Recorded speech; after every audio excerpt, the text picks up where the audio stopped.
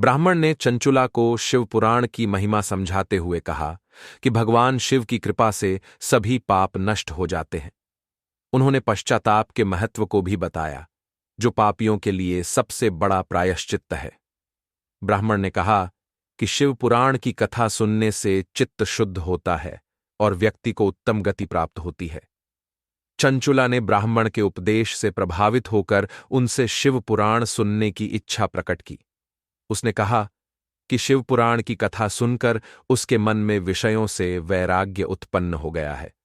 वह ब्राह्मण से प्रार्थना करती है कि उसे इस पवित्र कथा को सुनने का अवसर प्रदान करें। ब्राह्मण ने चंचुला को शिव पुराण की कथा सुनाई, जिससे उसका चित्त शीघ्र ही शुद्ध हो गया। भगवान शिव की कृपा से उसके हृदय में शिव के सगुण रूप का चिंतन होने लगा।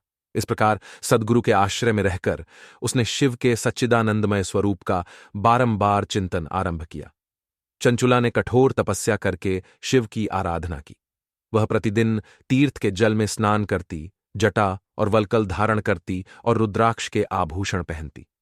संयमित वाणी और अल्पाहार करते हुए वह शिवजी को प्रसन्न करने के लिए गुरु के बताए मार्ग पर चलती रही।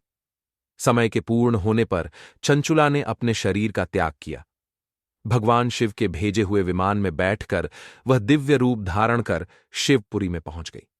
उसके सारे मल धुल गए थे और वह दिव्यांगना हो गई थी। शिवलोक में चंचुला ने भगवान शिव और माता पार्वती का दर्शन किया। उसने अत्यंत प्रीति और श्रद्धा के साथ भगवान को प्रणाम किया।